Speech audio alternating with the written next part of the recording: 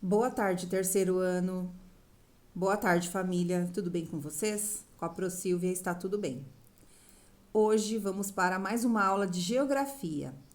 Em geografia, iremos iniciar a apostila 3, tá? Então vocês peguem a apostila 3, peguem o lápis, a borracha, vamos para a nossa aula de hoje. Nós vamos falar sobre paisagens urbanas, o espaço urbano. Na página 223, nós vamos até a página 228, tá? Então, vamos iniciar com a página 223, onde fala do espaço urbano. Vocês observaram que geografia e história andam juntas. Em história, estamos falando sobre o café, né? Que o café foi uma nova fonte de renda dos brasileiros. Com isso, foi tendo a necessidade de ampliar novas fontes de renda. Como o que, por exemplo? Como o transporte. Eles precisavam melhorar o transporte para que esse café fosse levado para outros países, não só dentro do Brasil, nem andando somente através de animais, né? Como eles faziam antes do transporte dos grãos. Então, o que foi tendo que fazer? Com isso veio o quê? Veio as melhorias, como a estrada de ferro. Tiveram que fazer uma estrada de ferro onde iria do interior, rodava o Brasil, e do interior até os portos, como por exemplo o Porto de Santos. Então, o Porto de Santos era o ponto de partida da economia do Brasil. Por quê? Lá é onde chegavam os materiais, os produtos para serem levados para outros países. Antigamente, não era tão fácil assim pegar um avião, sair, era muito mais difícil e muito mais caro. Então, o meio de transporte mais barato era através do navio, né? O meio marítimo. Então, por isso que tiveram que fazer as estradas de ferro até os portos, em cada região. E o mar era o ponto de partida para isso. E na página 228, vocês podem ver que tem até um cenário de Nova York, uma figura, Nova York dos Estados Unidos. E nesse texto está dizendo que o mundo hoje é urbano. Todo mundo quer morar na cidade. Por quê? Na cidade tem melhorias, tem melhores condições de trabalho, mais equipamentos, tem melhores escolas, postos de saúde, universidades, centros comerciais. Tudo isso tem na cidade, bem melhor do que no interior. Apesar que hoje em dia, no interior, tem universidades bem populares, né? Onde muitos querem estudar lá. E são públicas, né? O que é melhor. Mas mesmo assim, ainda a cidade continua sendo um ponto preferido da população. Então, eu quero que vocês observem agora essas imagens que eu irei mostrar, tá? Pra gente saber, para vocês olharem bem e ver qual que é a semelhança e qual a diferença entre elas. Esta primeira figura é de Nova York, Estados Unidos. Olha só, muitos prédios. Com o aumento da população, foi sendo necessário a construção de edifícios para que caiba mais gente, mais famílias, mais centros comerciais. Tem muitos centros comerciais que ficam em edifícios, né? Como consultórios, consultórios de advocacia, psicólogos e tudo concentrado lá. Na imagem de baixo, tem uma imagem da cidade de Corumbá, Mato Grosso do Sul, Brasil. Mato Grosso do Sul já é mais interior, é mais campo, mas mesmo que tenha campo, não deixa de ter a sua cidade.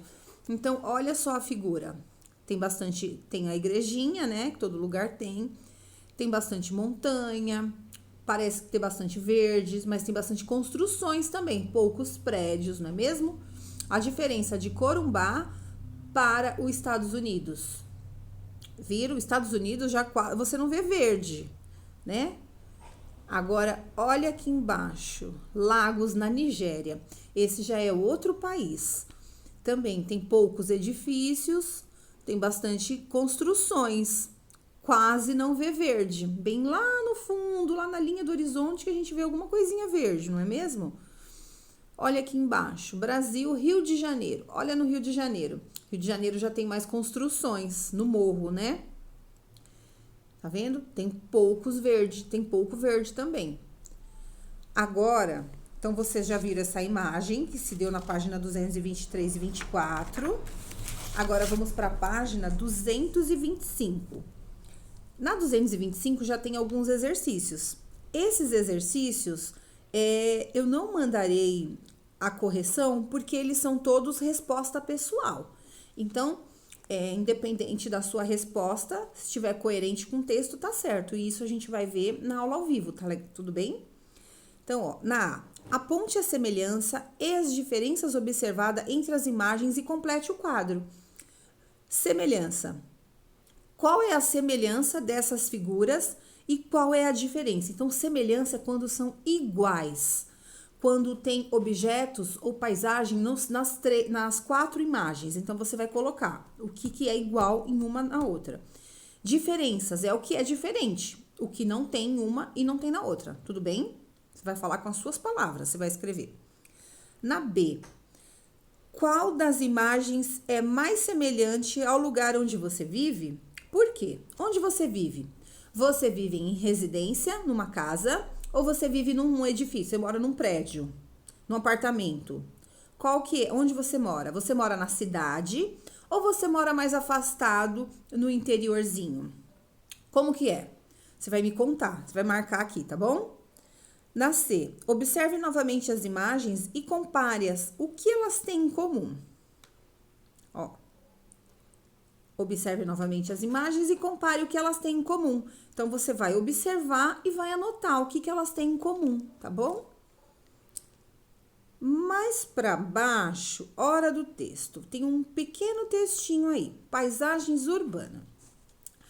A cidade é o lugar da concentração.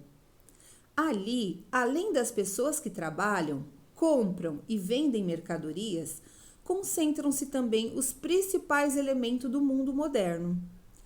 Há muitas casas, prédios, lojas, escolas, hospitais, bancos e shoppings, muito mais próximos uns dos outros, que se unem através de ruas e avenidas. Com isso, vai acontecendo o quê? Muita concentração de pessoas, muita aglomeração, que é o perigo de hoje em dia, nessa fase que nós estamos. Nesta fase que nós estamos, eu mesmo é a primeira vez que eu passo por isso, e eu acredito que todos vocês também, porque isso já aconteceu há muitos anos atrás, né? Com uma pandemia também. Então, o que acontece? Essa pandemia, o perigoso é a concentração, é o número de pessoas e é o que acontece na nossa cidade. Por isso que houve a necessidade de parar tudo, parar o mundo, parar Guarulhos, parar todos os lugares. Para quê? Para que as pessoas param de circular e esse vírus acabe e pare. Por quê? Quanto mais pessoas, mais um vai passando para o outro.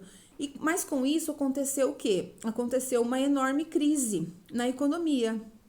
Porque se as pessoas não podem sair de casa, elas não podem trabalhar. E a economia não gira. E isso acontece o quê?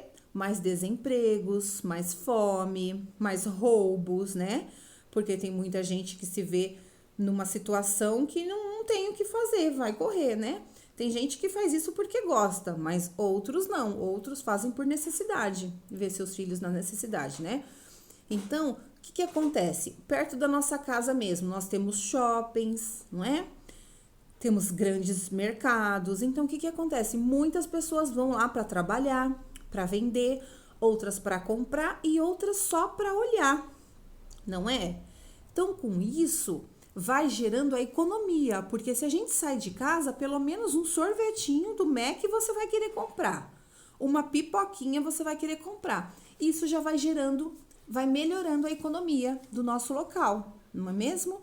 E com isso, os bancos, as fábricas, todas ficam localizadas na cidade. Então, as pessoas saem lá da zona rural, onde elas têm pouco emprego, e vêm procurar sorte em São Paulo. Olha só essa imagem. Essa imagem, ó, Praça Tiradentes, Curitiba, Paraná. Tá vendo? Curitiba também é uma grande cidade, igual São Paulo. As pessoas saem do interior e vão procurar emprego na cidade, tá? Olha só, poucas áreas verdes. Olha só esse montinho aqui no meio, não é mesmo? Tá vendo? Olha. Quando a população da cidade aumenta, é necessária a construção de pontes, rodovias e os elementos naturais, como rios, vegetação, vão se perdendo, pois são transformados pela ação humana por meio do trabalho. A cidade é uma construção humana. O que acontece com isso, gente? Olha só essa outra figura. É uma imagem do Rio Tietê, em São Paulo. Vocês viram que o rio, ele já tinha o curso dele, o percurso dele já existia lá. Só que com o crescimento da cidade, foi tendo a necessidade de construir pontes. Por quê? Porque não cabia mais os carros. Meu pai conta que quando ele era criança, ele sempre morou ali no centro, na cidade, perto do centro de São Paulo. E eles andavam na marginal, era de terra, não era asfaltada, e eles andavam de charrete, era o meio de transporte deles. Então, imagina, a marginal cheia de charrete e cavalos andando, era assim. Hoje, depois, com o tempo, com a modernização, com os veículos, foi tendo a necessidade de colocar paralelepípedo, mais para frente foi tendo que asfaltar, foi construindo prédios, olha só dessa imagem, tem edifícios, tem grandes empresas na beira da marginal, tem shoppings, tem umas empresas grandes, como Nadir Figueiredo, né? Então, tem várias outras empresas na margens da marginal. Com isso, foi acontecendo o quê? Foi tendo desmatamento, foi tendo que tirar as árvores, foi tendo que tirar a vegetação do local. E a vegetação serve para quê? É uma esponja. Quando chove, encharca a terra, a água vai para baixo, com isso vai indo para os lençol freático. Sem isso, cheio de cimento, de concreto, não tem para onde a água ir. Então, o que vai acontecer? A água vai subindo. A água não tem para onde passar. Por isso que quando chove, vira um caos. A cidade para. Com isso, vai tendo muitas moradias perdidas, empresas, entra em posto de gasolina, se perde automóveis, porque essa água, ela não tem para onde ir. Então, ela vai subindo, vai invadindo as ruas, vai invadindo a casa e vai invadindo tudo. Isso tudo é o quê? É tudo por conta do progresso, infelizmente. O progresso é bom, mas ele também traz bastante prejuízos para a cidade, tá? Vamos indo para outra página. Essa já é a da 227, não é mesmo? Onde a gente leu. Olha só. Repare que ele fica com seu leito ilhado pelas ruas, avenidas e pontes, porque a cidade prioriza o movimento de trânsito. Priorizando o movimento de trânsito, ela não está priorizando a natureza, espremindo as suas margens artificialmente. Quando acontece a época de chuvas, ele sai do seu leito provocando enchentes e alagamentos com grandes proporções. E tem até mortes, né? Tal como acontece no espaço rural. Aqui também o espaço é transformado segundo as necessidades da sociedade. Com as enchentes também vêm as doenças, como a leptospirose, né? Tudo isso provocado pela falta de higiene. Também, o que acontece? Entope os bueiros, porque as pessoas jogam lixo na rua.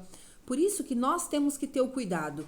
Se na nossa cidade, no nosso bairro, no nosso local de moradia, não há enchentes, nós temos que cuidar. Mesmo que na sua rua, no seu bairro não tem enchente, você não pode jogar lixo na rua, porque esse lixo vai indo para outros lugares, vai entupindo os bueiros e vai acontecendo grandes enchentes. Então, a gente tem que cuidar.